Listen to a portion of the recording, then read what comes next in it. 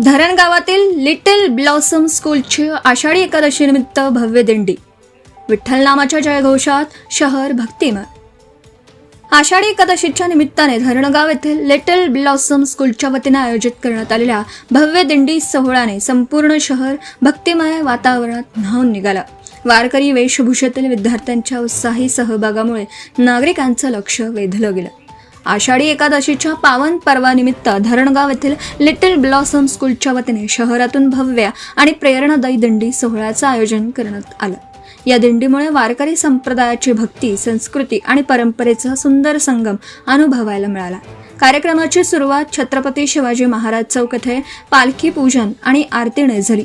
यावेळी उद्योजक राजेंद्र गोकुळ जाधव, मनीषा राजेंद्र जाधव, धरणगाव नगरपालिकेचे नगरसेवक सुनील पंढरीनाथ चौधरी, सुरेखा चौधरी, गजानन साठे तसेच शाळेच्या प्राचार्या रेखा पवार यांनी पालखीचं पूजन करून दिंडीला शुभारंभ केला.